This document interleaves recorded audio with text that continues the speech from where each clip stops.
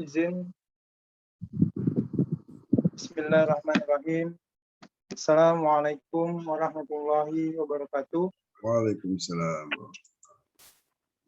Yang saya hormati Bapak Ibu semuanya, para guru, para dokter yang mungkin tidak bisa saya sebutkan satu persatu, insya Allah tidak mengurangi rasa hormat saya pada Bapak Ibu semuanya yang hadir pada acara kajian rebuan pada malam hari ini.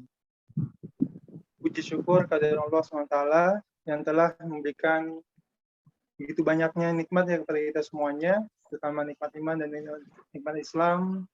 Semoga Allah mengizinkan kita untuk terus menerima nikmat iman dan nikmat Islam ini sampai akhir hayat hidup kita, sehingga kita meninggal dalam keadaan husnul khotimah. Karena banyak sekali orang-orang yang dalam semasa hidupnya baik, tapi di akhir hidupnya meninggal dalam keadaan kufur. Salam salam kepada Rasulullah SAW dengan role model terbaik yang beliau contohkan kepada kita sebagai umat manusia. Semoga kita selalu berusaha untuk terus mengikuti apa yang Rasulullah SAW ajarkan kepada kita semuanya. Insya Allah pada hari ini adalah kajian mengenai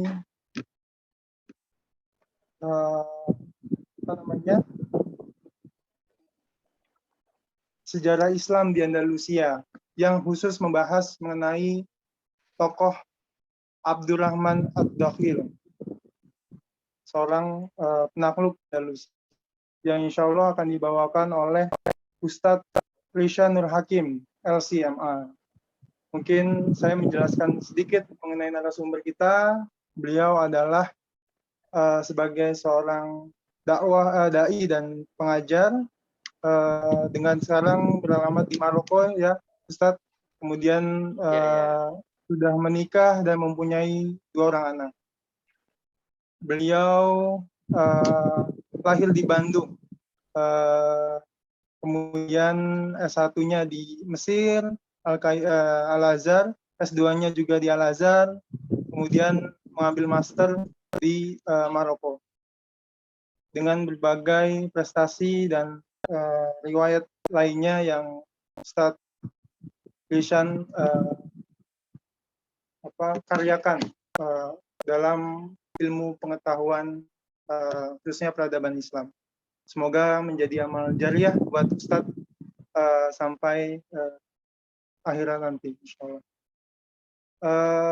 Mungkin saya membahas sedikit apa yang saya dapatkan mengenai Abdurrahman Ad-Dakhil ini. Yang saya dapatkan mungkin nanti lebih detailnya oleh Ustadz. Jadi Ad-Dakhil ini merupakan seorang pemuda, saat itu usianya 19 tahun, yang dikejar oleh seorang tentara Abbasiyah untuk dibunuh. Kemudian beliau pergi dari Irak kalau nggak salah, kemudian hijrah ke Andalusia. Di sana akhirnya beliau Abdurrahman ini bisa memimpin dan membuat pasukan hebat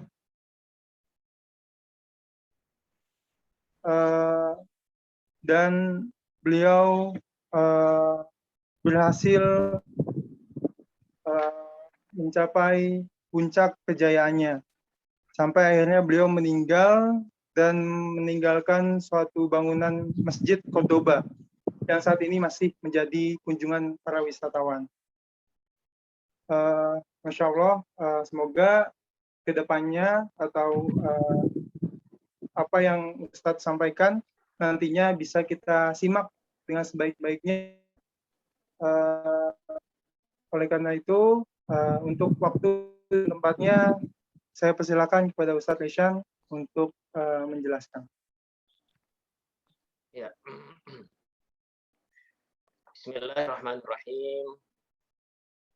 Assalamualaikum warahmatullahi wabarakatuh. Alhamdulillah. Alhamdulillahilladzi arsala rasulahu bil huda wa dinil haqq liyudhhirahu 'ala ad-dini kullihi wa kafa billahi shahida. Asyhadu an la ilaha illallah wa asyhadu anna Muhammadan 'abduhu wa rasuluhu alladzi la nabiyya ba'dah. Amma ba'du. Allahumma salli wa sallim wa barik ala sayyidina wa habibina wa maulana wa syafi'ina Muhammad sallallahu alaihi wasallam wa ala alihi wa ashabihi wa man tabi'ahum bi ihsanin ila yaumiddin. Amma ba'du. Qala Allah Ta'ala fil Qur'anil Karim, a'udzu billahi minasy syaithanir rajim. Walladzina jahadu fina lanahdiyannahum subulana inna Allaha lama'al muhsinin. وَالَّذِينَ جَاهَدُوا فِينَا لَنَهْدِيَنَّهُمْ سُبُلَنَا وَإِنَّ اللَّهَ لَمَعَ الْمُحْسِنِينَ. Shadaqallahul Azim. Suratul Ankabut ayat 69. Bapak Ibu sekalian, jemaah pengajian Reboan ya. Bulan Sabit Merah Indonesia, Ziskas PSMI. Alhamdulillah kita bisa bertemu kembali di kajian kita kali ini. Berharap mudah-mudahan apa yang kita dengar, yang kita simak, yang kita ikuti menjadi pengetahuan, menambah ilmu pengetahuan, menjadi tazkirah buat kita, pengingat kita akan kelalaian-kelalaian kita, terutama ketika melihat bagaimana sejarah sekelumit ya, atau ringkasan sejarah Islam, perjuangan umat Islam di benua biru kita menyebutnya, karena saat ini masuk ke wilayah Eropa, benua Eropa, yaitu Andalusia. Pada pertemuan yang lalu kita sudah sekelumit membahas tentang salah satu fase di antara beberapa fase yang dilewati oleh umat Islam di Andalusia, yaitu fase kegubernuran. Fase kegubernuran yang disebut dalam bahasa Arab sebagai fase al-wulad. Al-wulad. Baik.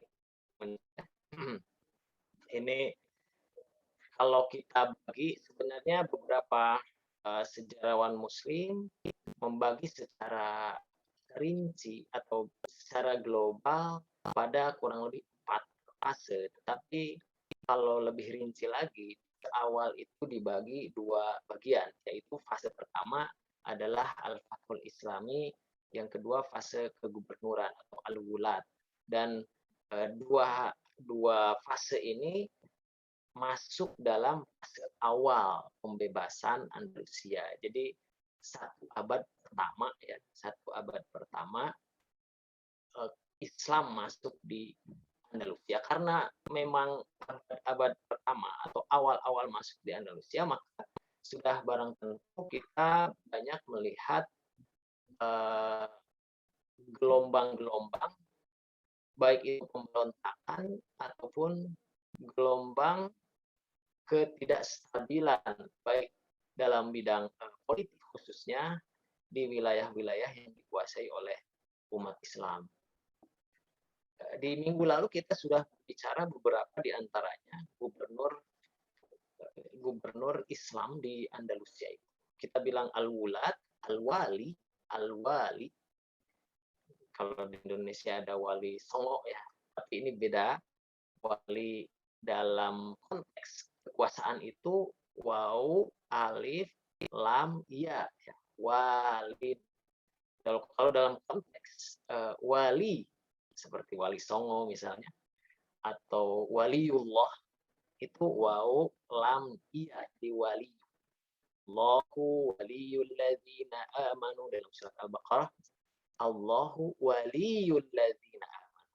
Kalau wali di situ konteksnya adalah kedekatan seorang hamba dengan Tuhannya atau kedekatan Tuhan dengan hambanya. Allah waliyul ladzina amanu. Allah itu menjadi wali orang-orang beriman. Artinya di situ menjadi kekasih, penolong, pengayom, itu dalam konteks wali. Kalau ini walin, waw, alif, lam, ya, itu artinya dia penguasa atau hakim, tetapi masih di bawah kekuasaan pusat di Damaskus. Disebut dengan wali, wali Andalus. Makanya disebut wali.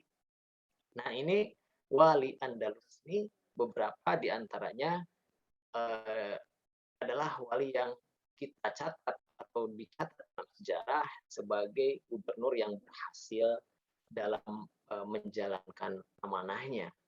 Salah satu yang menjadi bukti keberhasilannya itu adalah penyebaran dakwah, kemudian kekuatan militer, kekuatan pasukan yang solid gitu. Kemudian penyebaran Islam berlanjut sampai ke Prancis bagian selatan. Saya sebut nama kemarin yaitu Samah Ibnu Malik Al-Khawlani, ya, salah seorang gubernur Samah Ibnu Malik Al-Khawlani. Ya, beliau ini ketika itu di bawah Khalifah Umar bin Abdul Aziz, dan Umar bin Abdul Aziz memerintahkan kepada gubernur Samah untuk mendirikan jembatan di Cordoba. Cordoba sebagai ibu kota Islam di Andalusia saat itu. Dan yang sampai saat ini benar-benar itu menjadi jariah yang barangkali pahalanya juga terus mengalir. Jariah, amal jariah itu pahala yang mengalir. Ketika dia masih bermanfaat untuk manusia dan sampai saat ini digunakan dan orang merasakan manfaatnya dalam pembangunannya itu diniatkan untuk ridho Allah, insya Allah akan jadi jariah buat orang-orang yang selanjutnya. Ini pelajaran penting buat kita semua, buat kita semua dimanapun dan apapun kemampuan dan skill kita, buatlah poin-poin amal yang menjadi jariah buat kita. Apa saja? Ketika Samah Ibnu Malik mempunyai kekuasaan, ia jariah lewat tangannya untuk menandatangani dan memprakarsai pembangunan jembatan Cordoba saat itu. Arsiteknya Khanas As-San'ani membuat amal jariah dengan membangun jembatan itu. Dan demikian juga orang-orang yang setelahnya yang memeliharanya, yang membangunnya, yang memeliharanya, semua akan insya Allah kebagian amal jariahnya, pahala jariah. Nah, kita di sini saat ini alhamdulillah di BSMI ya, saya perhatikan banyak juga amal-amal jariah yang manfaatnya itu akan dirasakan bukan hanya orang yang saat ini ada hidup, tapi juga insya Allah setelah kita meninggal, setelah kita tiada bertahun-tahun, sekian puluh tahun, misalnya proyek yang dibuat oleh BSMI itu masih dirasakan manfaatnya oleh generasi keturunan kita dan generasi setelah kita tiada, bahkan mungkin ketika orang sudah tidak tahu lagi siapa pendiri awalnya, insya Allah malaikat tidak akan pernah salah mencatat, dan itu akan menjadi amal jariah buat kita. Mudah-mudahan kita semua bisa meneladani Samah Ibnu Malik Al-Khawlani. Nah, kemudian dilihat dengan Abdurrahman Al-Ghafiti yang memimpin pertempuran di Balad Syuhada of Tours, peperangan Tours ya, peperangan Tours atau Poitiers itu juga memiliki semangat yang luar biasa ya, sampai akhirnya gugur di sana.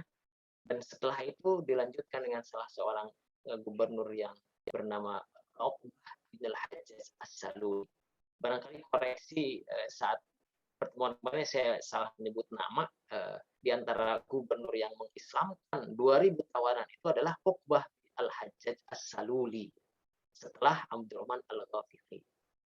Salah satu gubernur yang langsung menawarkan Islam, mengajari Islam ke para tawanan yang mereka dapatkan dari pertempuran dengan pasukan-pasukan Prancis saat itu.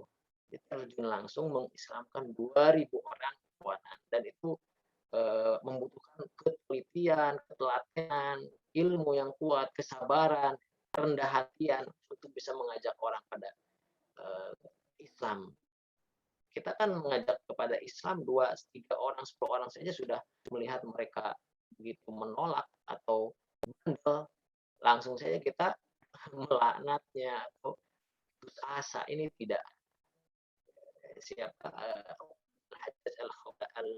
As-Saluli ini dengan begitu sabar mengislamkan, menyodorkan Islam, mengajar Islam pada 2000 tahun. Nah, itu masuk dalam fase kegubernuran yang kuat dan gemilang di awal-awal. Nah, setelah itu barulah kemudian selanjutnya dari 123 Hijriah sampai 138 itulah muncul apa namanya kita sebut dengan era kegubernuran, tetapi tergolong sebagai fase yang mandek. Karena apa? Penyebaran dakwah tidak begitu berjalan efektif. Kemudian juga kemunduran di sana sini. Karena apa? Itu yang dicatat dalam sejarah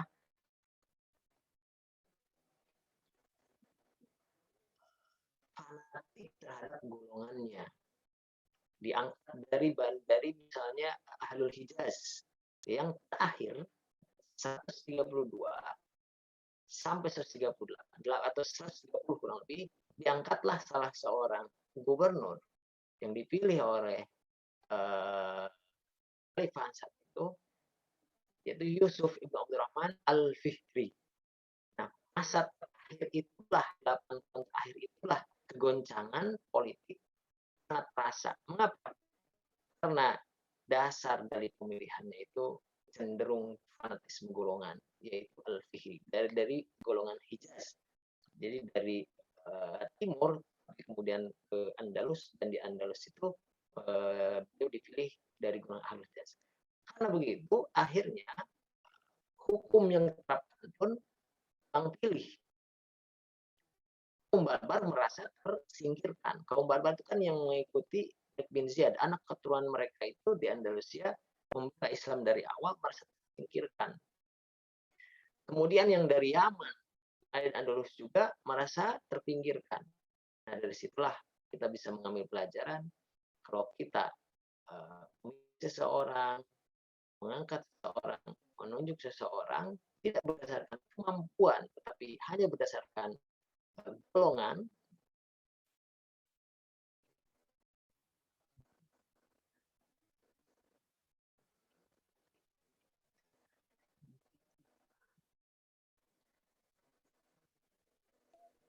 mengalami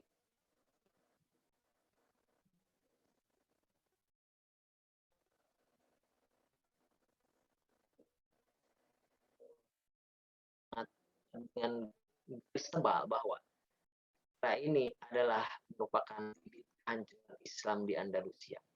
Kan sayang sekali gitu ya. Pada sebuah kehancuran, ya seperti yang saya sampaikan, fanatisme, kemudian di situ muncul konflik, dan beberapa kabilah yang muncul di situ kan bukan hanya kabilah dari Hijaz Arab, dari Damaskus, juga seluruh etnis berkumpul di situ, beragama Islam. Barbar ada, Mualladin ada. Mualladin itu percampuran antara Barbar dan Andalusia saat itu. Setelah menguasai wilayah Andalus, para pasukan Muslim menikahi wanita-wanita dengan sukarela menjadi istri mereka, dan lahirlah anak-anak yang disebut mualladin, anak keturunan dari bangsa Barbar Andalusia, campur-campur. Sudah terjadi akulturasi mungkin ya. Sampai akhirnya semua etnis itu ada di sana. Nah, apa yang ingin saya katakan di sini? Dari mana kita akan memulai pembahasan Rahman Ad-Dakhil ini? Dari sini. Jadi, ketika kawan Muslim mengatakan era kegubernuran terakhir, fase kedua ini akan memiliki kehancuran Islam, dan Islam sudah akan lenyap di Andalusia kalau tidak ada mukjizat dari Allah Subhanahu wa taala. Nah, qadarullah, nyata mukjizat itu adalah Abdurrahman Ad-Dakhil, atau menyebutnya Abdurrahman bin Muawiyah. Abdurrahman bin Muawiyah atau disebut dengan Abdurrahman Wahid. Jadi teman-teman dari pengikut Gus Dur itu menyebut Abdurrahman Wahid itulah Abdurrahman Ad-Dakhil. Kenapa? Karena kan Abdurrahman Ad-Dakhil itu kan Abdurrahman satu gitu. Satu itu wahid dalam bahasa. Sampai ada goyanan seperti itu. Nah, mengapa disebut sebagai mukjizat? Kita lihat. Nah, beliau ini diabadikan oleh pemerintah Spanyol saat ini, dibikin patung di Almunizar, ya, maksudnya provinsi Granada, itu dekat, ya masuk provinsi Granada, tapi itu tidak jauh dari Mediterranean juga, tidak jauh dari situ. Nah, Abdurrahman Ad-Dakhil pada tahun 132 Hijriah ada peristiwa yang sangat besar, yaitu runtuhnya Daulah Umayyah di Damaskus. Bagaimana ceritanya? Sangat panjang sekali, tapi intinya ketika Daulah Umayyah runtuh nanti dan diganti dengan Daulah Abbasiyah, maka saat itu terjadi salah satu tragedi sejarah Islam yang paling kelam, ya, karena setiap anak keturunan dari Bani Umayyah itu dihabisi oleh Bani Abbasiyah. Kalau dia sudah balik, kemudian ada garis keturunan Bani Umayyah, mesti dihabisi, kecuali wanita, anak, dan orang yang sudah renta, ya. Yang jelas yang berpotensi untuk menjadi khalifah Bani Umayyah oleh Bani Abbasiyah dihabisi. Semua terbunuh kecuali beberapa orang. Salah satunya adalah Abdurrahman ibnu Muawiyah dan adiknya Al-Walid, kalau tidak salah. Nah, yang selamat dari kejaran Bani Abbasiyah adalah Abdurrahman ibnu Muawiyah. Ketika waktu itu di Andalusia diangkat salah seorang gubernur bernama Yusuf ibn Abdurrahman Al-Fihri yang tadi saya sebutkan, dan secara resmi memisahkan diri dari Bani Umayyah, juga memisahkan diri dari Bani Abbasiyah. Jadi sudah independen. Yusuf ibn Abdurrahman ini, sekali lagi, dasar pemilihannya adalah fanatisme etnis. Nah, jadi 6 tahun sebelum Abdurrahman bin Muawiyah sampai ke Andalusia, 132 Hijriah, 6 tahun sebelum beliau sampai, sebelum berakhir era kegubernuran, Abdurrahman Ad-Dakhil ini masih disebut sebagai Abdurrahman bin Muawiyah, merasa bahwa beliau sedang kejar musuh. Saat itu beliau sedang berada di Irak. Mengapa di Irak? Karena ada wilayah-wilayah yang menjadi bagian dari perpanjangan tangan kekuasaan Islam khilafah Umayyah di Damaskus. Abdurrahman bin Muawiyah bagian di Baghdad di Irak. Apa yang beliau lakukan? Satu malam beliau kedatangan anaknya, ya, salah satu yang masih kecil. Dia menangis terus. Biasanya kalau anak menangis digendong, dia reda, ya. Seperti malam tadi itu, sekedar curhat itu. Aneh, ya, anak kecil itu. Jadi nangis, disusuin tidak mau, dikasih tidak mau, digendong mau, berhenti menangisnya gitu, ya. Naluri mungkin, ya, Allah. Nah, ini salah seorang keluarga yang masih kecil, bayi itu, masih 4 atau 5 tahunan, 3 tahun itu diangkat. Bagaimana layak seorang anak, hentikan nangisnya tidak bisa. Kemudian Abdurrahman bin Muawiyah keluar dan melihat ada satu bendera hitam, ya, itu kiri, yang menandakan bahwa Abdurrahman bin Muawiyah dalam kejaran Bani Abbasiyah. Jadi sini dia matlub ras dalam bahasa bukunya. Matlub ras itu, ya, kepalanya itu ditunggu-tunggu untuk dibunuh, ya. Jadi salah satu orang yang menjadi kejaran Bani Abbasiyah, karena dia diketahui mempunyai garis keturunan dari Khalifah Umayyah. Nah, akhirnya apa yang terjadi? Beliau tentu tidak tinggal diam. Ketika ada ancaman, itu tidak tinggal diam. Seperti tadi disampaikan, usia beliau saat itu adalah 19 tahun. 19 tahun dalam usia muda, ketika ada ancaman, ada tantangan, ada challenge gitu ya, atau ada serangan, itu tidak tinggal diam, tapi berpikir bagaimana dia bisa menyelamatkan diri. Maka yang dilakukan oleh Abdurrahman bin Muawiyah adalah membawa bekal secukupnya, dan beliau keluar malam itu bersama adiknya yang masih berusia 13 tahun sampai di Sungai Efrat. Sampai di Sungai Efrat, Irak itu, beliau berenang. Lihat bagaimana usia 19 tahun berenang, berarti dia sudah bisa berenang sejak kecil ya. Kalau kita baca dalam sejarah Al-Muluk wal Khulafa, itu rata-rata anak-anak dari raja, anak-anak pangeran itu dilatih sejak kecil, seperti yang disampaikan oleh Umar bin Khattab. Apa yang dilatih oleh mereka adalah baca tulis Quran, dan lain-lain, dan kemudian keterampilan. Alimu auladakum sibahah, sanad hadisnya dibincangkan, berarti dari anakmu sibahah, berenang, warkubul khail, naik kuda, dan manah. Ini sunnah para salaf soleh zaman dulu ya. Bukan hanya kuat fisik, bukan hanya kuat intelektual, kuat ruhi, tapi juga kuat fisik. Ini penting ini. Karena dok pasti sangat mengetahui ya bagaimana fisik itu mesti dijaga baik-baik ya. Dari kapan dari kecil itu. Umar bin Khattab menyampaikan seperti itu, dan tentu sungai sepanjang ini ya. Ini totalnya kan, totalnya 2.800 km saya baca.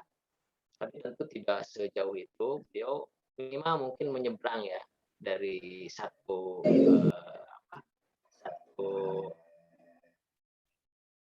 tempat ke tempat lain. Jadi nyebrang ke melewati Sungai Efrat itu. Nah, adiknya itu dia ketika berenang itu mungkin kecapean, hanya dia tidak hanya ketika itu bukan Bani Umayyah, Bani Abbas ya melihat dan menawarkan bahwa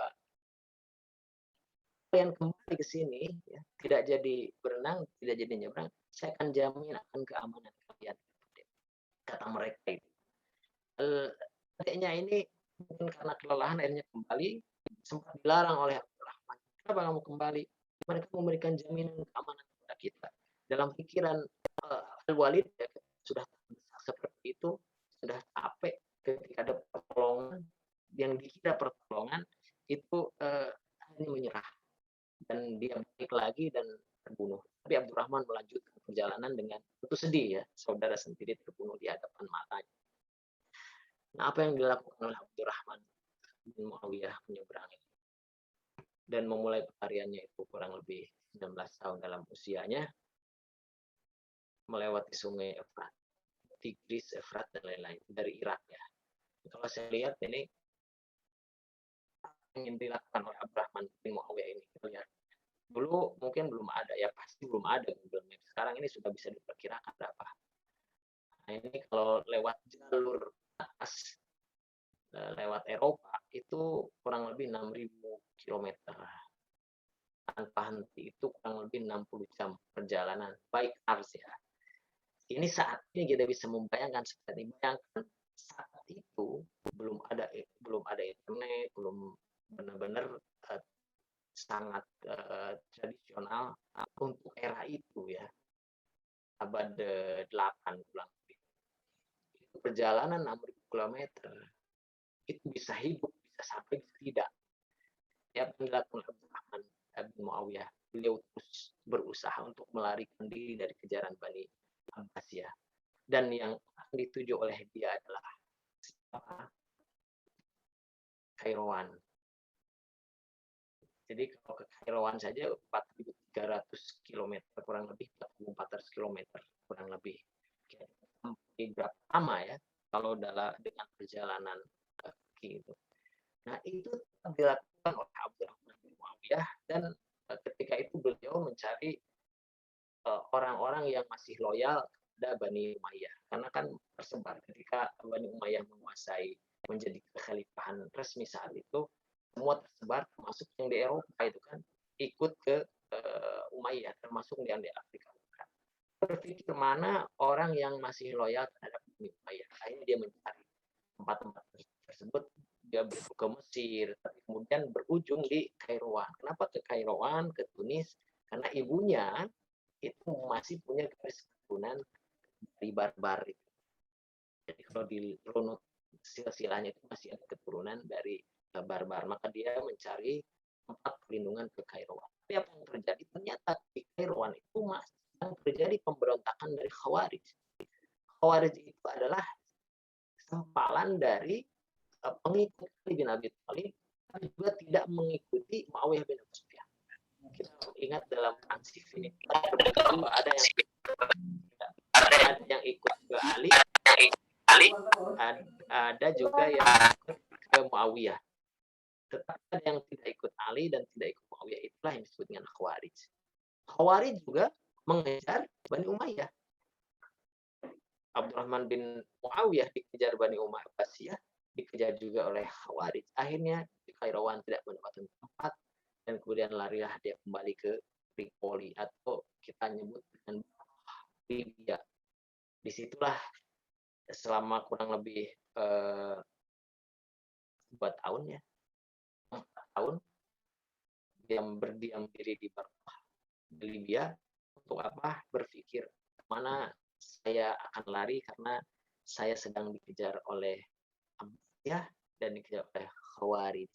Tetapi Abdurrahman Muawiyah tidak putus asa, dia tetap ingin melanjutkan perjalanan kemana. Dan disitulah kemudian dalam jangka waktu itu dia tetap bersembunyi, tidak menampakkan diri, bersembunyi penuh, masya Allah gitu ya. Bersembunyi ya mungkin kalau saat ini stay at home. Tapi ini di dalam persembunyian itu berpikir sekaligus mengevaluasi ya apa sebenarnya kelemahan-kelemahan yang terjadi di dinasti Umayyah, apa yang harusnya diperbaiki oleh dinasti Umayyah. Beliau berpikir sangat panjang sekali dan akhirnya pada akhir-akhir 4 tahun akhir itu beliau memutuskan untuk pergi ke Andalusia. Mengapa yang dipilih Andalusia? Pertama, di sana juga merupakan tempat yang bergejolak. Ya. Jadi isinya tidak Khawarij bergejolak, tapi juga gubernur juga sudah berpisah dari Andalusia, dari Umayyah, berpisah juga dari Abbasiyah, independen. Dan banyak pemberontakan. Dan disitulah melihat celah bahwa dia akan masuk ke situ, dan orang tidak akan terlalu perhatian terhadap Abdurrahman bin Muawiyah yang pikirannya sangat cerdik sekali. Akhirnya dia melakukan perjalanan selanjutnya sampai akhirnya ke satu tempat sekta yang kita sudah dulu di Maroko yang jaraknya kurang lebih 13-15 km ke Spanyol. Itu kan terdekat, daratan terdekat untuk menyeberang ke Spanyol. Dari situ kemudian Abdurrahman menyiapkan segala sesuatu untuk menyeberang ke Andalusia. Tapi 2 tahun sebelum sampai di Andalusia, 136 itu mengirimkan pembantunya Badar untuk melakukan istilahnya melihat lebih dahulu seperti apa kondisi. Jadi kirimlah pembantunya dan ternyata 2 tahun kemudian dia datang utusan dari sana bahwa sesungguhnya Andalusia saat ini sedang menyambut kedatangan engkau. Mengapa bisa begitu? Kita melihat waktu 2 tahun itu Abdurrahman bin Muawiyah benar-benar mengumpulkan kekuatan Bani Umayyah masih bisa. Karena bagaimanapun dinasti Umayyah ini merupakan dinasti yang dalam punya dengan hikmah. Jadi banyak juga yang masih punya loyalitas ke Bani Umayyah. Akhirnya semua disurati dan menyatakan persetujuan untuk berangkat ke Andalusia. Jadi dia masih diterima di Andalusia orang-orang yang masih punya loyalitas ke Daulah Umayyah. Singkat cerita, akhirnya Abdurrahman bin Muawiyah ini masuklah ke Spanyol, ke Andalusia sendirian ya. Sendirian. Saat itu datang utusan dari Andalusia yang mengatakan bahwa Andalusia sudah siap menyambut Anda. Dan apa yang dilakukan oleh Abdurrahman bin Muawiyah? Dia pergi sendirian. Mengapa sendirian bisa? Ya dari Baghdad ke Tunisia aja yang jauh itu bisa. Apalagi dari Ceuta ke Andalus cuma 13 atau 15 kilometer. Itu sangat ringan gitu. Jadi kalau kita sudah bisa menaklukkan yang sangat berat, yang sangat besar, apalagi yang persoalan-persoalan kecil gitu ya. Makanya dalam teori apa namanya perjalanan itu kan kalau kita dalam konsep Islam itu ada istilah akhirah, ada istilah dunia. Kenapa akhirah? Karena akhir itu jauh. Kalau dunia artinya duniun dekat. Sejauh apapun kita mengejar dunia, saja dekat gitu. Artinya apa? Pada kehancuran, dekat pada kebinasaan, dekat pada hal yang lenyap. Puncak kekuasaan apapun kalau itu dunia, dia disebut dunia, masih dunia duniun, dekat saja. Akhirnya ujung. Makanya dalam logikanya, kalau kita mengejar dunia, ya nggak akan bisa sampai pada akhirat. Tapi kalau kita mengejar akhirat, insya Allah dunia dapat. Makanya jadi istilah para ketika mereka menyampaikan dakwah itu mengejar akhirat itu, mengapa mereka dunianya juga dimudahkan? Dikejar itu adalah akhirat. Walal akhiratu khairun wa abqa walal akhiratu khairul laka minal ula. Jadi kita ini world view ya umat Islam. Akhirat itu harus selalu jadi utama. Kenapa? Kalau akhirat dengan baik, dunia bisa dapat gitu ya. Kalau dakwah itu lillah, insya Allah semua perangkat-perangkat itu akan datang kepada kita. Walladzina jahadu fina lanahdiyannahum subulana wa innallaha lama'al muhsinin. Orang-orang yang berjihad di jalan kami, kata Allah, sungguh-sungguh, maka dia akan ditunjukkan jalan menuju ke tujuannya. Wa innallaha lama'al muhsinin, dan Allah bersama orang-orang yang berbuat baik.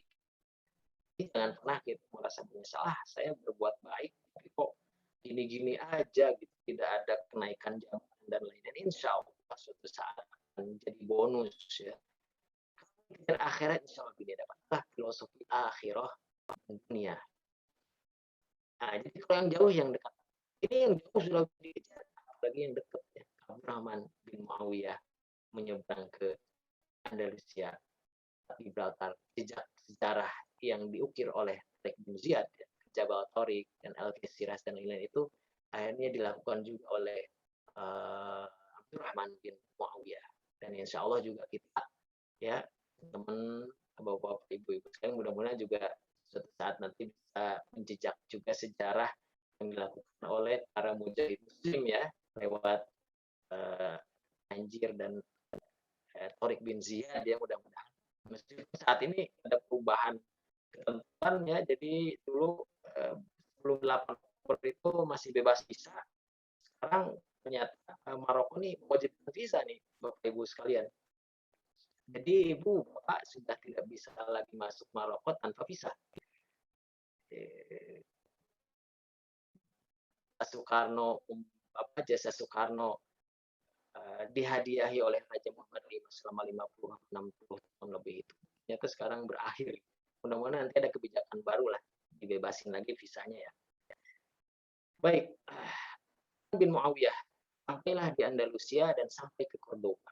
Buka Andalusia saat sampai ke Cordoba. Sampai di Cordoba apa yang dia lakukan? Dia kemudian mendekati orang-orang yang punya kepentingan membangun kembali dinasti Umayyah di Andalusia. Yusuf al-Fihri tentu sudah tidak punya loyalitas karena dia berasal dari Ahlul Hijaz dan berpisah dari dinasti Umayyah sejak awal pemerintahannya, gubernurannya. Nah, yang menjadi peluang buat Abdurrahman bin Muawiyah adalah penguasa Sevilla saat itu. Kota mungkin ya. Namanya Al-Yahsubi. Al-Yahsubi berasal dari Yaman. Orang Yaman secara umum itu mendukung dinasti Umayyah. Orang Yaman secara umum benar-benar loyal terhadap Umayyah.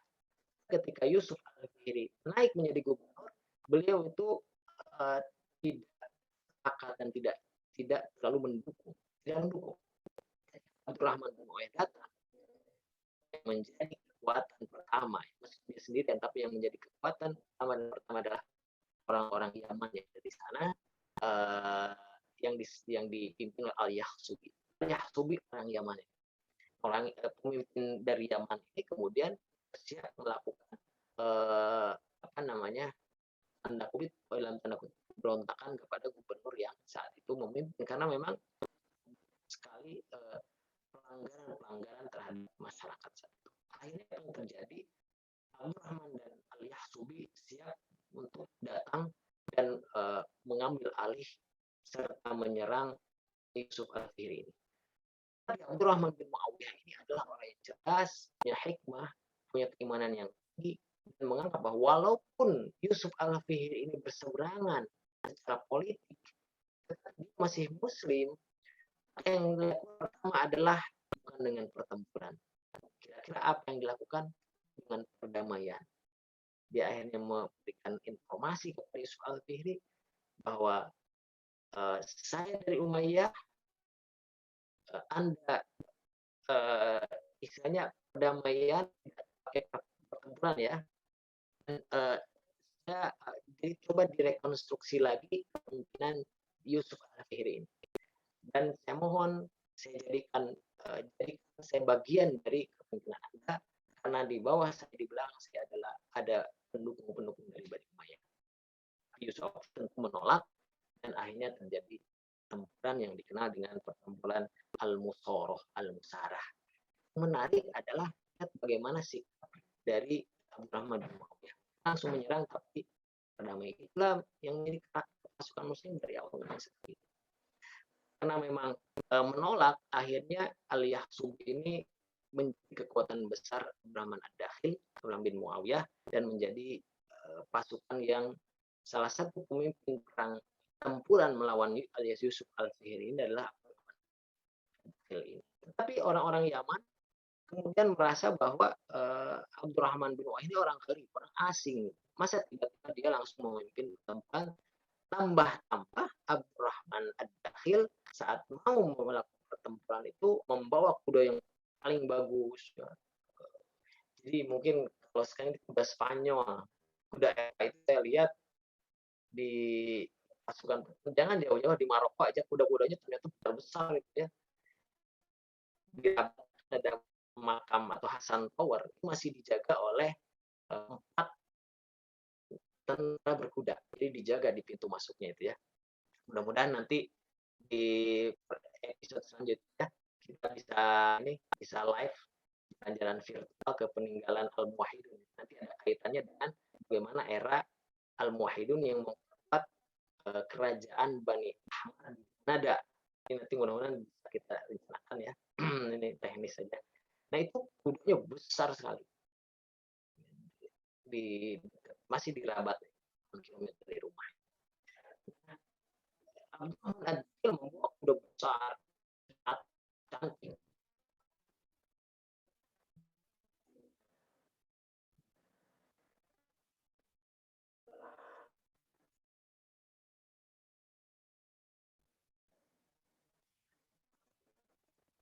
Besar, bagus. Jangan-jangan kalau nanti dalam pertempuran kita mengalami kekalahan misalnya, atau pertempuran sengit dan ada tanda-tanda kekalahan, dia yang paling pertama kali kabur. Kenapa? Kudanya bagus gitu ya. Gitu ya. Tapi kemudian sampailah selentingan itu kepada Abdurrahman Ad-Dakhil. Akhirnya apa yang dilakukan oleh Abdurrahman Ad-Dakhil? Dia datang langsung kepada Al-Yahsubi dan mengatakan, wahai Al-Yahsubi, seandainya engkau memberikan kuda kecil kepadaku, kalau sekarang himar, albiol, campuran kuda kecil dan kuda kacang gitu ya, jadi kecil. Seandainya aku mau ngasih kuda itu dan dengan kuda yang saya tunggangi, saya akan lakukan. Kasihkan kuda kecil itu, pakai kuda itu, silakan Anda pakai kuda terkuat ini dan kita ke pertempuran bareng.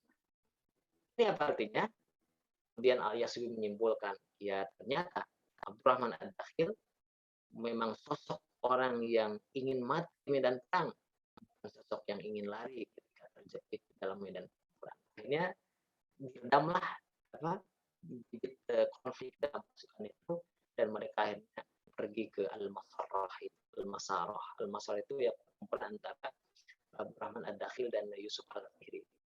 Antara dua. Sebenarnya ini sangat dekat sekali karena pertemuan antara umat Islam itu memang adalah jalan terakhir saat itu. Pedang itu jalan terakhir. Ya, bagaimanapun al-unfu la yurisu illa unfan, kita bahasa.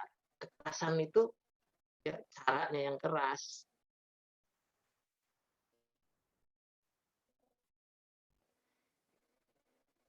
Satu kemungkaran, jangan dengan cara yang mungkar. Itu filosofinya. Mau ma'ruf dengan yang ma'ruf. Dan yang mungkar, jangan dengan mungkar. Mau membersihkan pot dengan lap kotor. Lapnya harus bersih, baru kemudian dibersihkan kaca kotor. Nah, yang menarik dari Abdurrahman ini sudah kalah Yusuf Al-Fihri ini. Mereka lari, Yusuf Al-Fihri dan pasukan yang dilakukan oleh pasukan Abdurrahman Ad-Dakhil tidak mengejar mereka. Pasukan Yaman mau mengejar mereka. Kata Abdurrahman Ad-Dakhil, jangan kamu kejar, utruhuhu. Dan mereka, kenapa? Mereka masih muslim dan kita punya musuh yang lebih besar daripada mereka. Siapa itu? Nasrani, Katolik, Visigot yang berada di utara. Di atas itu masih banyak. Jihad bukan sebenarnya bukan jihad memerangi umat Islam, tetapi musuh yang lebih besar. Lihat bagaimana kestabilan emosi, intelektual, dan kestabilan diri dari Abdurrahman Ad-Dakhil. Walaupun sudah menang, menjaga diri, mengendalikan diri, stabil. Musuh besar kita ini adalah syaitan, orang-orang Nasrani di sini, orang-orang Visigot dan lain-lain. Kalau kita terus konflik internal, kapan kita bisa melebarkan jihad kita? Dan ini memang bisa kita tarik pelajaran. Kalau internal kita ini masih banyak konflik, susah kita lagi dan susah menyerang musuh. Maka rapatkan dulu. Inilah yang kemudian menjadi salah satu keistimewaan yang dimiliki oleh Abdurrahman Ad-Dakhil. Dalam setiap pemberontakan yang dilakukan oleh Muslim di sana, baik kaum Barbar, kaum Arab, itu semua diselesaikan. 25 pemberontakan yang dilakukan selama kurang lebih 34 tahun beliau memimpin. Setelah beliau menguasai Kordoba, itu semuanya dilakukan dengan penuh ketelitian dan diupayakan sebisa mungkin. Semua mengambil jalan tengah yang sangat menakjubkan. Semua bisa diselesaikan dengan baik. Kenapa? Karena musuh kita satu, yaitu syaitan, orang-orang kafir, orang-orang musyrik. Ini gemilang. Nah, satu pertemuan yang terkenal pada masa itu 138 Hijriah, dan disitulah kemudian Abdurrahman Ad-Dakhil dikenal oleh masyarakat Andalus sebagai Sokor Quraisy, ya, disebut oleh Abu Ja'far Al-Mansur, Raja Wali Quraisy. Raja Wali itu kan mengintai nanti tiba-tiba musuh itu bisa diambil nih. Kalau sudah disebut Raja Wali itu kan sebutan yang sangat menarik, ya, satu simbol keperkasaan. Nah, itu yang dilakukan oleh Abdurrahman Ad-Dakhil pada awal pertama masuk ke Andalusia. Dan subhanallah, mengapa beliau bisa seperti itu? Baru satu pemberontakan. Nanti pemberontakan yang lain. Ketika sudah masuk Cordoba, ya, pemberontakan dari Barbar juga ada, pemberontakan dari kaum Hijaz, dari Arab bagian utara mungkin, ya. Ada Arab bagian selatan, Yaman, ada bagian utara, ada Qahtan, ada Mudor, dan lain-lain. Itu etnik di Arab itu benar-benar sangat tajam ketika di Andalusia. Abdurrahman Ad-Dakhil bisa menyelesaikan dengan cara yang sangat indah sekali. Sedikit kita baca dulu, ya, akan garis bawahi sedikit saja.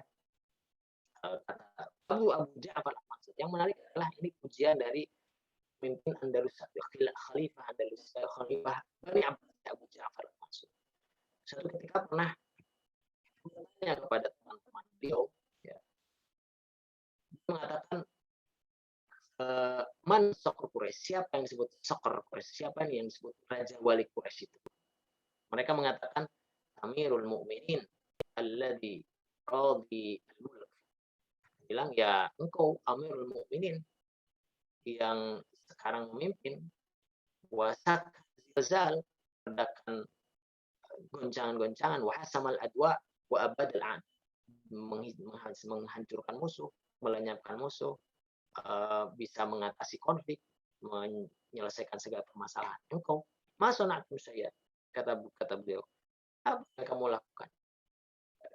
Bukan, katanya. Qalu Muawiyah, atau mungkin Muawiyah bin Abu Sufyan, pendiri dinasti Umayyah pertama. Qala wala had, bukan juga. Fa Abdul Malik bin Marwan, artinya khalifah setelahnya, bukan juga lah. Qalu faman ya Amirul. Lalu siapa yang disebut Sokor Quraisy itu? Qala Abdurrahman bin Muawiyah. Abdurrahman bin Muawiyah bin Hisham bin Abdul Malik bin Marwan dan lain-lain. Mengapa bisa begitu? Alladzi takhallasa bi kaidihi an sunanil asinnah.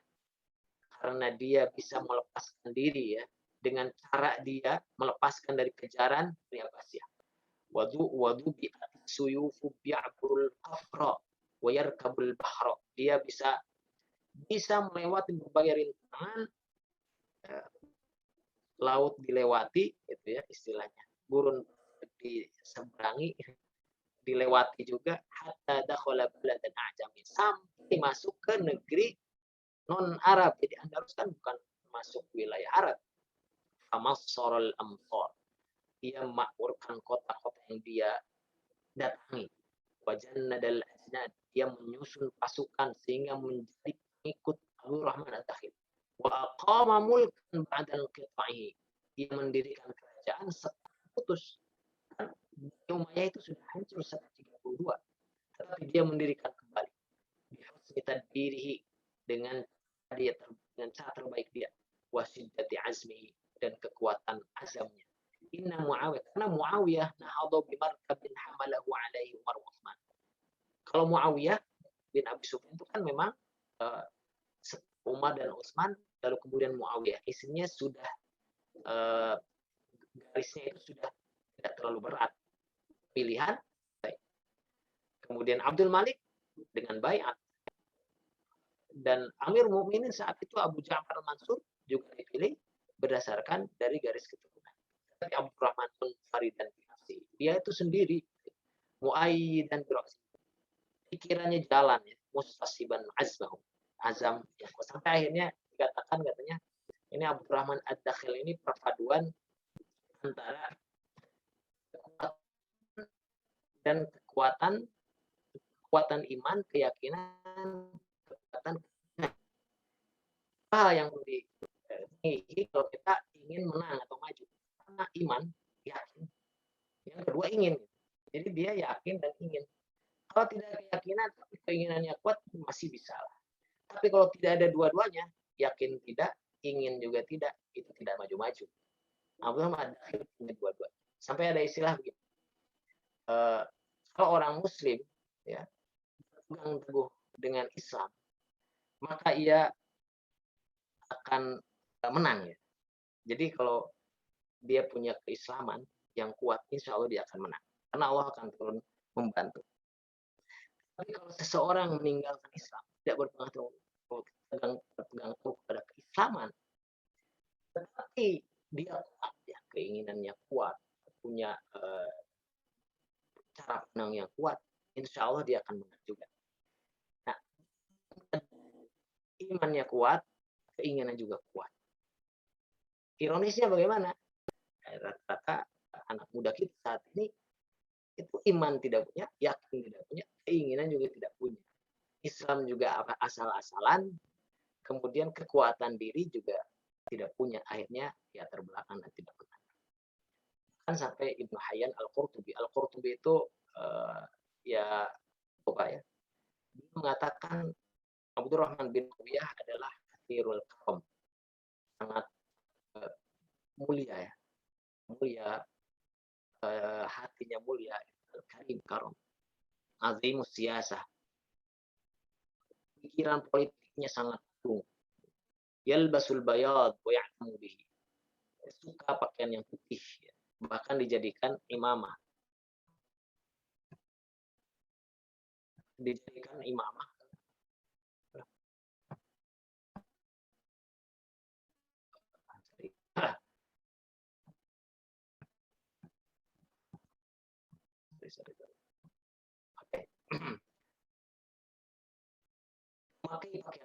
ya. Kemudian memakai imamah. Ya'udul maridha, menjenguk orang sakit, wa yashhadul janaiza, menghadiri pemakaman orang yang meninggal, wa yusalli bin nas, mengimami orang ketika Jumat, wal a'yad, dan al-a'yad, hari-hari besar, wa yakhtubu bi nafsihi, dan khutbah dengan dirinya sendiri. Artinya apa? Beliau menggabungkan antara pikiran politik yang luas dengan kekuatan diri dan kekuatan iman. Beliau masih menjenguk orang sakit, menghadiri pemakaman jenazah, sholat jenazah dan lain-lain, lalu kemudian menjadi imam sholat Jumat. Artinya dia punya kekuatan lahir batin, religius, dan juga punya pikiran politik yang sangat cemerlang. Dan dia sama sekali tidak punya dalam hatinya ghil. Ghil itu artinya kedengkian, ya. Buktinya ketika memerangi Yusuf Al-Fihri tidak ada sedikit pun dendam kepadanya. Beliau hanya ingin memberi kekuasaan atau mengajak dia untuk kembali pada yang benar. Tidak ada sedikit. Kalau punya kedengkian dan kedendaman, saya yakin orang udah kalah depan kita. Jangan jauh-jauh dalam debat misalnya. Dia udah kalah. Apa aja kita sebutnya. Kejelekan dia di masa lalu, kejelekan dia di masa banyak itu. Kalau kita punya kedengkian dan tidak suka, pasti apa aja bisa jadi sasaran. Tetapi Abdurrahman Ad-Dakhil tidak. Abdurrahman Ad-Dakhil mempunyai jiwa yang sangat karom, mulia sekali. Nah, itu susah sekali, tapi itulah yang mesti dimiliki oleh umat Islam, khususnya orang-orang yang ingin memiliki jiwa besar. Ya. Kalau kita ingin maju itu ya seperti itu, minimal seperti Abdurrahman Ad-Dakhil. Saya akan ya. Nah, oke. Ini waktunya sudah mepet, tapi intinya begini. Ini saya lihat, kalau kita lihat ini di Cordoba ya, Masjid Agung Cordoba, tapi saat ini ya terbaru. Mengapa kita bisa tahu di tengah-tengahnya ada katedral? Kita benar-benar menyayangkan sekali ya ketika kita melihat ini bangunan ini. Ketika melihat bangunan ini, ternyata ini adalah Masjid Agung dulunya, dan di tengah-tengahnya itu dibangun katedral persis di tengah-tengahnya. Padahal Masjid Cordoba ini dibangun itu dari mulai bangun awal sampai renovasi dan sampai bisa seindah ini itu kurang lebih 2 abad lebih dibangun, renov sana sini. Setiap ada khalifah atau amir yang menguasai Cordoba, Abdurrahman Ibnu Ad-Dakhil menguasai Cordoba, dibangun masjid ini. Kemudian anaknya juga Abdurrahman II merenovnya, Al-Hakam II juga merenovnya, dan semua anak keturunan beliau itu menjadi mereka itu adalah tetap masjid, madrasah, pemukiman penduduk, sehingga mereka itu benar-benar masarul amtor, memakmurkan kota. Ya, makmurkan itu sejahtera juga ya. Artinya makmur itu ibadahnya tenang, tinggalnya juga enak, ya, pemandangannya bagus, seperti yang terjadi di Cordoba ini. Sampai sekarang ini tidak dihancurkan karena memang sangat cantik sekali Cordoba. Abdurrahman Ad-Dakhil ini ketika memimpin itu kurang lebih 34 atau 32 tahun itu sangat memperhatikan kemakmuran rakyatnya dan menjadikan masjid sebagai pusat peradaban. Apa-apa pusatnya di masjid. Dan ini menariknya adalah masjid yang memang didesain sangat bagus karena ada juga ruang terbukanya untuk berwudu biasanya, untuk main-main di situ. Ini dari atas masjid terbuka saat itu ada menaranya juga sangat-sangat indah, dan ini adalah salah satu peninggalan yang saat itu megah lah ya, termegah, Masjid Agung termegah. Dan kalau kita melihat di dalamnya seperti ini, subhanallah. Tapal kuda ini menjadi ciri khas dari masjid dan arsitektur Islam, Ada yang bertanya ketika umroh atau haji melihat Masjid Nabawi ternyata ada seperti ini, lalu mengatakan, lah ini kok ketika ke Andalus ini seperti yang ada di Masjid Nabawi ya. Padahal justru sebaliknya, ini terlebih dahulu, lalu kemudian di Masjid Nabawi itu direnov dan meniru dari Masjid Andalusia ini. Ini bisa pakai background juga.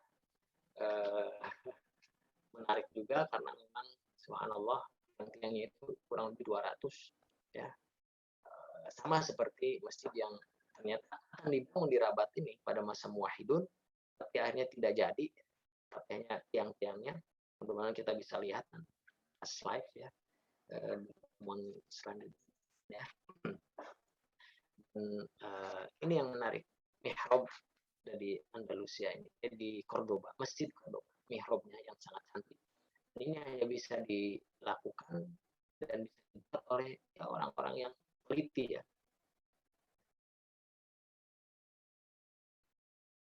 Ini juga seperti ini. Dan luasnya saya lihat di data itu kurang lebih 2,5 hektar kurang lebih lah ya. 2,5 hektar Masjid Cordoba. Nah ini proses renovasi dari masjid itu sendiri. Abdurrahman 1, kemudian Abdurrahman 2, Abdurrahman 3, Hakam 2, dan terakhir Al-Mansur.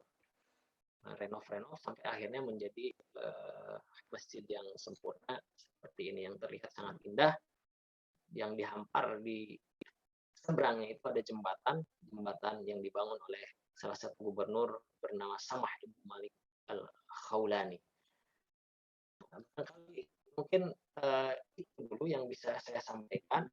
Yang pasti yang penting dari Abdurrahman Ad-Dakhil itu adalah seperti yang disampaikan oleh Ibnu Hayyan Al-Qurtubi, Ibnu Hayyan orang Cordoba, bahwa beliau adalah orang yang mampu menggabungkan antara kekuatan spiritual dan kekuatan intelektual serta kekuatan motorik. Jadi fisik kuat, kemudian intelektualnya kuat, hatinya juga terdidik. Gitu. Inilah yang saat ini kita sebut emotional quotient, spiritual dan kemudian ada motorik kita kayak fisik gitu. Ketika semua bisa tergabung dalam satu orang, insya Allah dia akan menjadi orang yang tangguh. Bukan hanya membangun satu proyek, tapi bahkan bisa membangun satu negeri kalau dia punya 3 hal tersebut. Kita sudah sepuh, insya Allah anak keturunan kita menjadi anak keturunan yang sempurna ya. Dari mana kita mulai? Dari itu sudah dimulai dididik dengan Alimul Quran, dididik dengan Al-Quran. Bagaimanapun, kalau sudah dididik dengan Al-Quran, insya Allah selanjutnya itu akan lancar. Mengapa? Karena Al-Quran itu jangankan faham ya, nggak faham saja, itu akan menjadi berkah tersendiri. Ya. Kalau saya ingat kuliah di Al-Azhar itu, Al-Azhar itu kan mewajibkan hafal Al-Quran sejak kecil. Jadi kalau selesai SMA, dia itu hafid Al-Quran. Mau dia jurusannya kedokteran lah nantinya, arsitektur nantinya, ustadz jelas, atau ulama jelas, semua itu hafal Al-Azhar Syarif. Makanya sampai sekarang Al-Azhar itu jadi rujukan dunia. Kenapa? Al-Quran itu di awal. Karena di situ kita menggali. Gitu. Ilmu pengetahuan juga sumbernya ada dalam Al-Quran. Wallahu a'lam bishawab. Mudah-mudahan itu yang bisa saya sampaikan. Mudah-mudahan ini bisa dipahami juga karena memang sejarahnya sangat panjang. Tapi nanti mudah-mudahan kita bisa kalau ada pertanyaan bisa kita sempurnakan. Aku qouli hadza wa astaghfirullahi wa lakum. Assalamualaikum warahmatullahi wabarakatuh.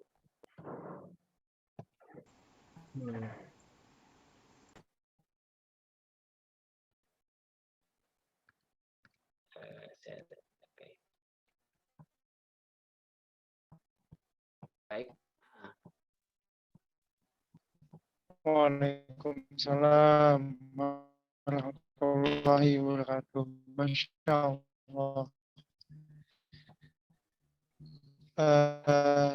Begitu penjelasan itu suaranya dari Ustaz Mishan mengenai sosok seorang pemuda yang bernama Abdurrahman Ad-Dakhil atau Abdurrahman bin Muawiyah.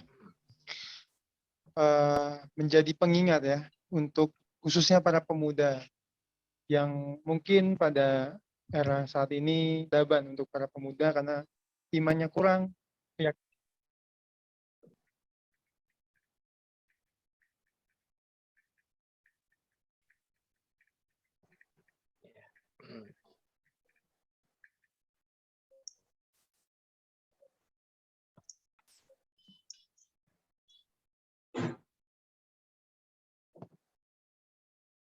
Ya. Halo. Pak Hari keluar ya? Oh, udah ini ya. Ini ya. Ada pertanyaan ya. Suaranya putus-putus. Ya, mohon maaf Bapak Ibu sekalian, tadi sempat putus. Ya, alhamdulillahirobbilalamin sudah selesai disampaikan oleh Ustaz mengenai sosok pemuda yang bernama Abdurrahman bin Muawiyah dari dinasti Umayyah. Ini menjadi pengingat ya kepada khususnya para pemuda yang mungkin pada saat ini mengalami penurunan dalam segi keimanan, keyakinannya dalam menjalani kehidupan, atau bahkan keislamannya yang kurang kokoh. Sedangkan sosok seorang Abdurrahman Ad-Dakhil ini merupakan seorang pemuda yang cerdas, kemudian matang dalam emosionalnya, strategi politik yang hebat, keimanan yang kuat, keyakinan yang kuat, dan akhlak yang mulia. Dengan tadi yang sudah bisa sampaikan ya, mulai berenang melalui sungai sampai di Irak, kemudian berjalan kurang lebih 4.338 km, kemudian berhasil menaklukkan Andalusia dengan setelah itu dengan adanya berbagai pergolakan dan ancaman, kemudian beliau dapat mengatasi itu semuanya, dan kemudian Abdurrahman Ad-Dakhil ini membangun armada tentara yang kuat sehingga pada zamannya mempunyai pertumbuhan ekonomi yang tinggi, perkembangan peradaban yang sangat pesat, dan sampai pada akhirnya 3 tahun sebelum beliau meninggal bisa merenovasi dan memperluas bangunan dari Masjid Cordoba yang sampai saat ini terus direnovasi dan masih eksis untuk para wisatawan yang berkunjung ke sana. Dan beliau itu berpuasa selama 32 tahun dan meninggal dalam usia 61 tahun. Dan yang menarik dari Ustaz Lishan sampaikan, Abdurrahman bin Muawiyah ini selalu mengambil jalan tengah atau perdamaian dalam menyelesaikan masalah-masalah politiknya masa hidupnya. Dan yang penting poin tadi yang Ustaz Lishan sampaikan, bahwa Abdurrahman bin Muawiyah ini adalah seorang manusia yang mempunyai keimanan dan keinginan. Jadi dia yakin dan dia mau untuk mencapai impiannya tersebut. Dan begitulah Islam mengajarkan, dan itu menggambarkan suatu figur seorang manusia yang memiliki keislaman yang kuat. Mungkin itu rangkuman dari materi pada hari ini. Kemudian kita mungkin masuk ya Ustadz untuk sesi tanya jawab ya. Ya, silakan. Mungkin Bapak Ibu sekalian, karena tadi saya sempat di chat ada pertanyaan gitu. Ada tadi sempat hilang itu pertanyaannya. Saya baca dari Dr. Pita ya, bagaimana kondisi Masjid Agung Cordoba saat ini. Ya, jadi memang sejak dikuasai dan di bawah pemerintahan Spanyol saat ini, kita sudah tidak bisa lagi melaksanakan sholat di sana ya. Ini sangat disayangkan sekali karena sebenarnya namanya itu masih disebut masjid katedral, karena di masjid tapi di tengahnya dibangun katedral. Ini yang sangat menyedihkan buat kita ya. Mengapa? Karena bangunan masjidnya itu kan bangunan masjidnya kan masih di situ masih apa namanya terlihat jelas ada mihrabnya, ada juga tiang-tiang masjidnya bersih lah istilahnya ya. Ya mungkin kalau sekedar sujud bisa dikasih. Tapi sangat kita sayangkan mereka hanya membolehkan bahkan tiap hari Minggu itu mereka ada misa ya. Kalau datang hari Ahad di situ kita memang sebelum jam 8 itu bisa gratis. Ini dulu ya karena saat ini memang belum diketahui lagi update-nya, masih pandemi ya. Itu pas kalau hari Ahad datang ke situ sebelum jam 8 itu bisa masih masuk aja biasa, tapi ada orang-orang yang lagi beribadah, orang Kristen yang lagi beribadah. Dan itu yang menyedihkan kita sementara kalau kita al-ardu kulluha masjid ya. Kita sebenarnya semua bagian bumi itu masjid bagi kita. Kita mau sholat dimanapun insya Allah bisa, kecuali beberapa tempat yang tidak boleh. Kita sholat di padang pasir bisa, di kendaraan juga bisa, dan lain-lain ya. Sholat dan lain-lain. Ini masjid tidak boleh. Ini sangat disayangkan dan beberapa kali pengalaman orang mau coba untuk sholat, terutama orang yang berhijab, karena Islamofobia masih tinggi di sana, itu bahkan sering diikuti oleh polisi. Kenapa ya? Ini berhijab nih, pasti nanti nggak sholat sujud gitu ya mungkin gitu ya kurang lebih sampai ada muslimah yang menuliskan catatannya. Saya benar-benar selalu diikuti kalau masuk tulis peta ini. Memang belum bisa sholat di situ. Padahal sebenarnya kalau kita mau adil ya silahkan mungkin sekedar bersujud atau sholat sunat ya, bisa sholat sunat tidak. Allahu a'lam bishawab. Nah ini ada menarik, ada yang berhasil katanya ini, ada yang berhasil. Nah, sebelum ini yang gambar yang saya sebut tadi di samping itu kan katedral, tapi di sampingnya adalah sisa-sisa bangunan masjid itu sendiri. Sekarang masjid itu di bawah pemerintah Spanyol ya Ustadz ya? Iya, betul. Sekarang sudah ada di bawah pemerintah Spanyol. Dan wallahu a'lam ya, mudah-mudahan ke depannya gitu ya. Kalau memang kita masing-masing kuat gitu. Kalau Eropa sudah mayoritas banyak pertumbuhan muslimnya, mudah-mudahan bagaimanapun ya, entah bagaimana caranya nanti muslim bisa menjadi umat yang di depan ya. Sehingga kalau orang menggembar-gemborkan toleransi misalnya, muslim itu justru yang paling toleran. Itu benar-benar bisa menjadi data banyak, fakta juga banyak. Ya salah satu contohnya adalah di Cordoba ini. Cordoba dibangun ketika dimiliki oleh seseorang, dia beli dengan harga tinggi. Tidak ada perampas-rampas dan lain-lain. Termasuk juga Cordoba. Tapi ketika mereka menguasai ya seperti ini ya bisa kita lihat semuanya bagaimana yang terjadi. Dan kebetulan ada saya lihat yang berhasil, ada beberapa kawan yang berhasil sholat di sini. Bukan sholat, mungkin sujud ya. Cuma dia lepas dari kawalan polisi. Ya mungkin dia begitu karena memang tahu sejarah. Kalau bahasa sejarah ya bukan hanya tempat yang cantik dan indah, tapi dia benar-benar menjadi perjalanan ruhiyah dan spiritual gitu ya. Melihat peninggalan-peninggalan sejarah umat Islam itu menjadi perjalanan spiritual.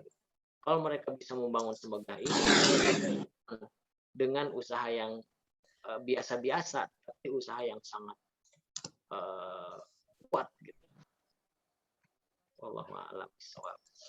Itu di foto itu kelihatan, foto yang terakhir itu kelihatan ya, mihrabnya di balik teralis ya. Betul. Saya share lagi ya. Nah ini ya. Nah, jadi ada beberapa mihrab. Nah ini ada beberapa mihrab. Ada mihrab ya. Yang pertama, itu sepertinya bukan mihrab ya. Itu mungkin udah diubah ke Bukan ya? apa ya? Karena kalau mihrab itu nanti ada lengkung-lengkung yang seperti yang saya bagi di gambar, ada lengkung apa namanya ya, lengkung tapal kuda gitu istilahnya. Kemudian di samping-samping ada bolong-bolong yang matahari sinar matanya bisa masuk gitu ya. Walau makanya barangkali itu ekspresi apa ya, ekspresi bisa masuk ke masjid itu ya, karena dia sudah bahasa sejarah. Allahu a'lam.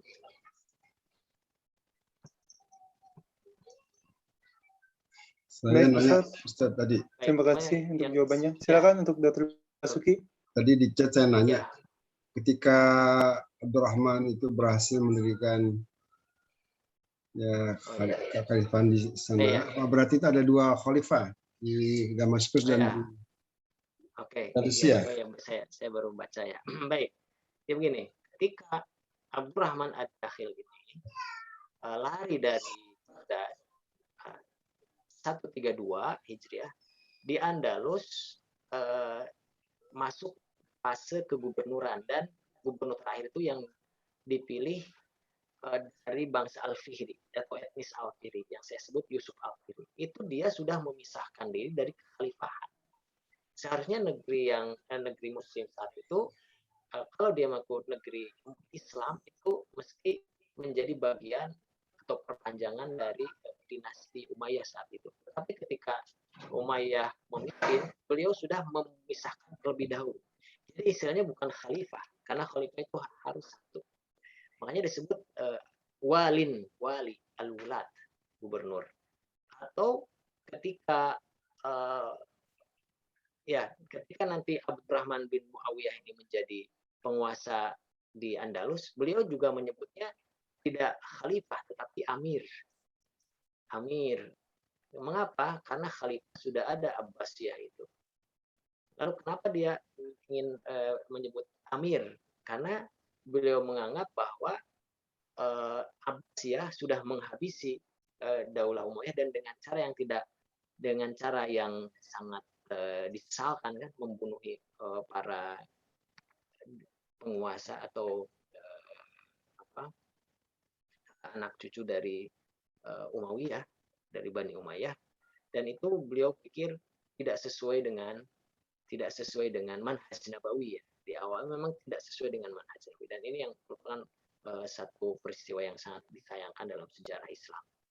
Jadi beliau menjadi amir, dan yang sebelumnya itu dipegang oleh seorang wali. Abdurrahman lari dari Baghdad di Andalusia, dikuasai dan dipegang kepemimpinannya, disebut dengan wali, gubernur. Seharusnya masih mengacu pada Daulah Umayyah, tapi karena dia memisahkan diri, akhirnya ketika Bani Abbasiyah menjadi dinasti khalifahan setelah Umayyah, juga tidak menjadi bagian dari perpanjangan khilafah.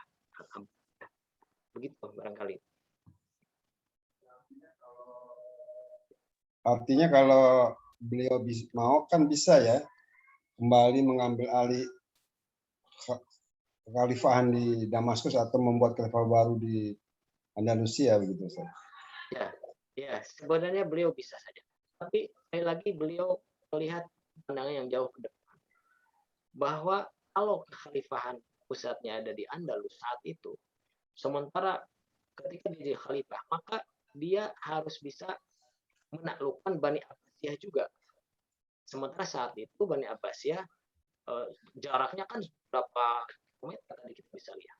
Energi tentu akan sangat banyak. Jadi akan capek lebih dahulu, usia sudah senja gitu istilahnya. Makanya beliau membuat satu prioritas, bagaimana beliau membangun kembali Imarah Umayyah. Jadi anak keturunan Umayyah tapi di Andalusia, tidak mengacu ke Bani Abbasiyah. Nah, nanti pada saatnya akan menjadi juga khilafah Umayyah di Andalus. Itu ketika nanti di Abbasiyah juga terjadi cekcokan ya, terjadi konflik gitu. Jadi khalifah mulai hancur. Makanya nanti ketika beberapa abad setelah Abdurrahman Ad-Dakhil ada di Andalusia, terjadi pergolakan kekhalifahan Bani Abbasiyah, maka yang muncul adalah hasil negeri-negeri kecil dengan raja-raja kecil. Dan dari situlah kemudian akhirnya kan kekuasaan Islam itu perlahan hancur. Ya itulah, memang kalau kita mau menjadikan kekhalifahan Islam di muka bumi itu benar-benar proses yang sangat panjang sekali. Tidak bisa itu. Jadi kita makanya dituntut Allah Subhanahu wa taala, idza markum fasfatu bimastata'tum. Kita lakukan semampu kita saja. Kita berikan misalnya, mohon maaf kalau kita punya misalnya kita mampu menjadi keluarga yang kuat, ya silakanlah kita bikin kerajaan dalam tanda kutip, kerajaan di keluarga kita. Rajanya siapa ya? Ayahnya jadi raja gitu ya. Ratunya istri kita gitu. Mulai dari yang kecil saja, sekemampuan kita.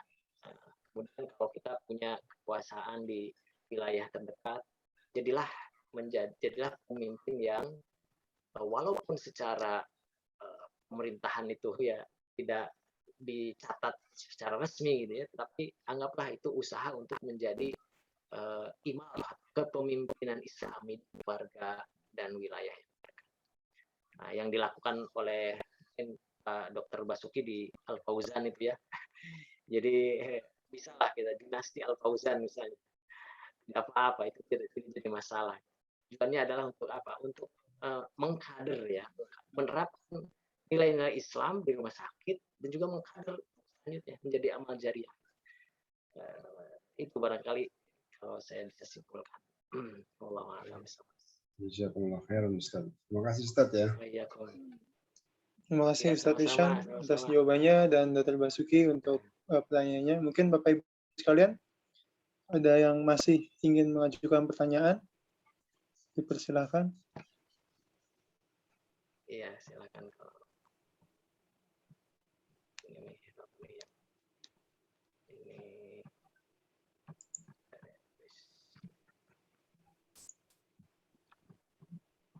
ya, silakan kalau masih ada. Biar saya jadi ini mungkin yang saya sebut mihrab yang cantik ini ya.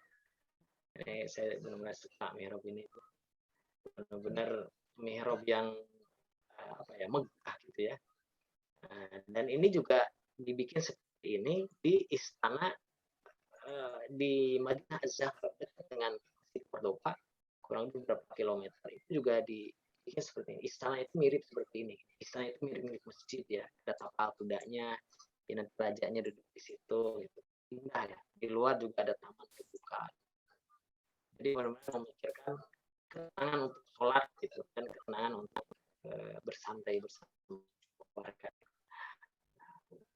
Nah, depan inilah mihrab. Dan ini sudah kalau di Masjid Cordoba itu sudah dipagar, bisa kita masuk ke sini.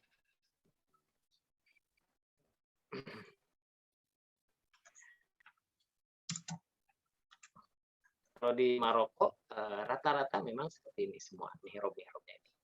Bahkan kalau di Maroko ditempeli dengan namanya zelir, untuk keramik, tapi bukan dipahat, keramiknya itu ditempel. Kalau mau misalnya mau menempel bintang, ditempel satu-satu warna-warni. Misalnya ada 5, berarti tinggal satu-satu sampai berbentuk bintang.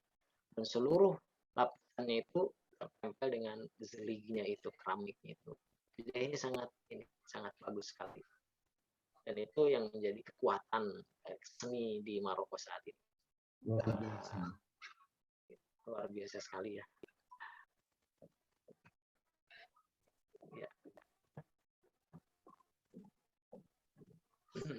Iya, itu semua bulan sabit itu, nggak ada salibnya.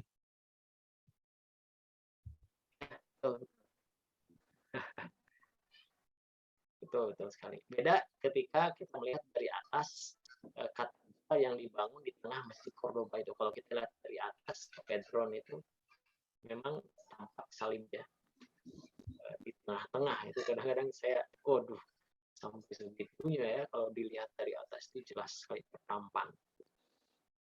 seperti itu. Dan itulah yang dilakukan oleh mereka. Dan kalau kita nanti sampai pada waktunya ya tentang keruntuhan Andalusia di Granada, itu juga apa yang dilakukan oleh Raja Ferdinand dan Ratu Isabel saat itu adalah mengalungkan salib di istana Alhambra, Masya Allah.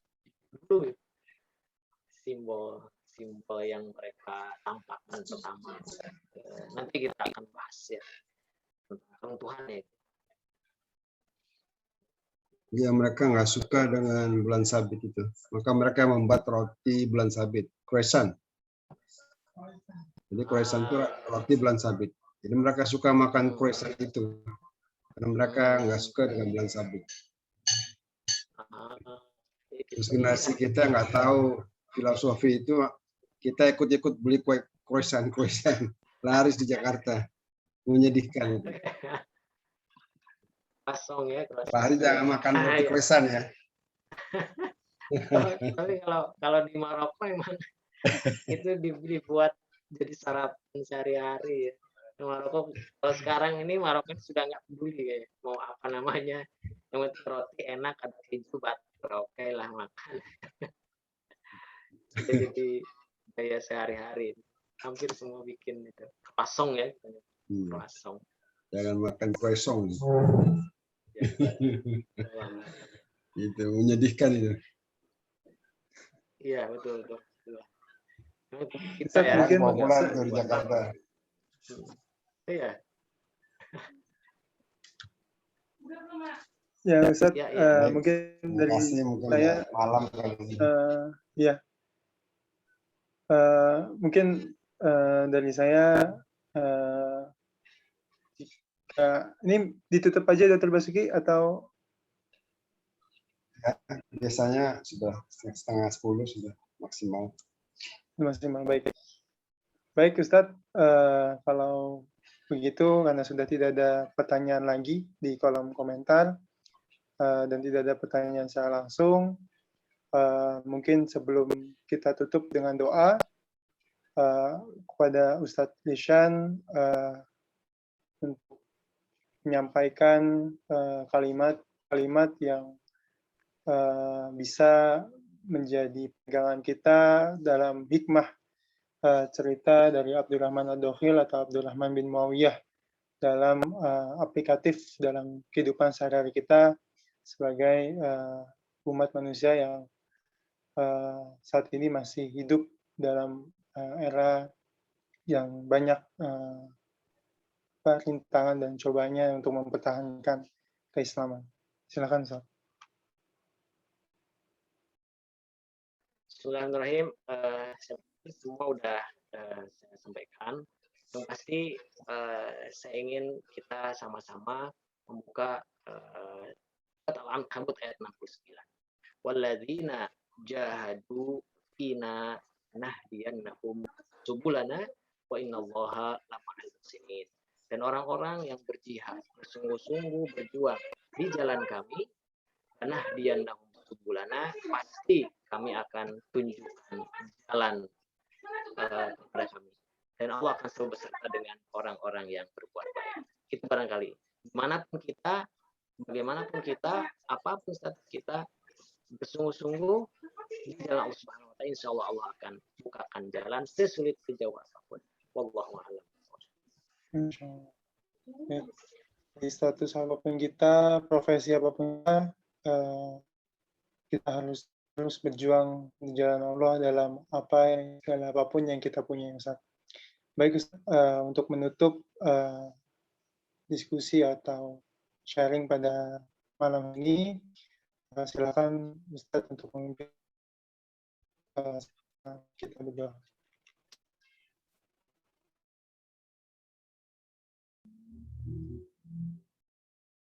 Fadhil Ustaz, tutup dengan doa.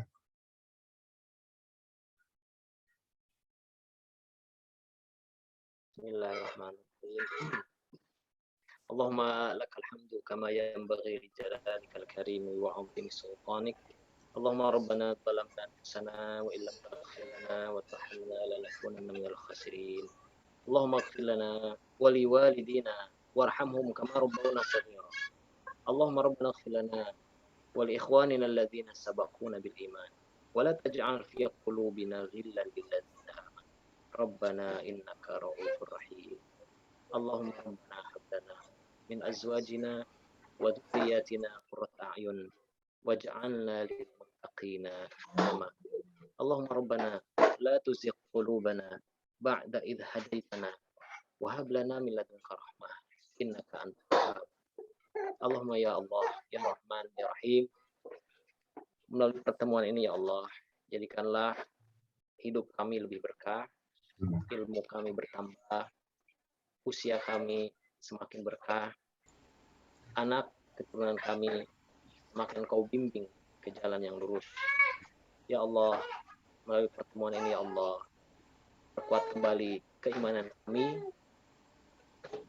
kembalikan kami kepada fitrah untuk selalu i'la kalimatillah, untuk selalu memprioritaskan Engkau, Rasul Engkau, dan jalan menuju Engkau.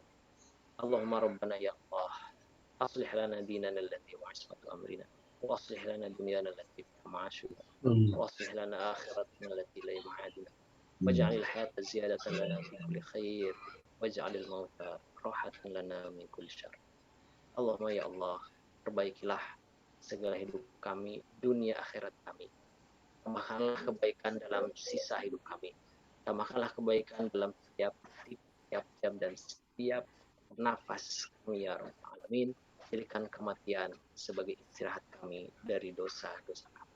Rabbana atina fid dunya hasanah wa fil akhirati hasanah wa qina adzabannar. Subhana rabbika rabbil izzati amma yasifun. Wa salamun alal mursalin. Alhamdulillah. Alhamdulillah Rabbil Alamin. Jazakallah khair Ustaz Nushan atas materi dan doa yang telah disediakan. Saya Farid Ranis, mohon maaf untuk kurangnya dalam memandu acara pada malam hari ini dengan sinyal yang kurang baik juga. Dari saya sekian. Assalamualaikum warahmatullahi wabarakatuh, dan saya kembalikan kepada panitia. Waalaikumsalam warahmatullahi wabarakatuh. Warahmatullahi wabarakatuh. Ustadz ya, Pak Fahri, makasih Mas Fahri.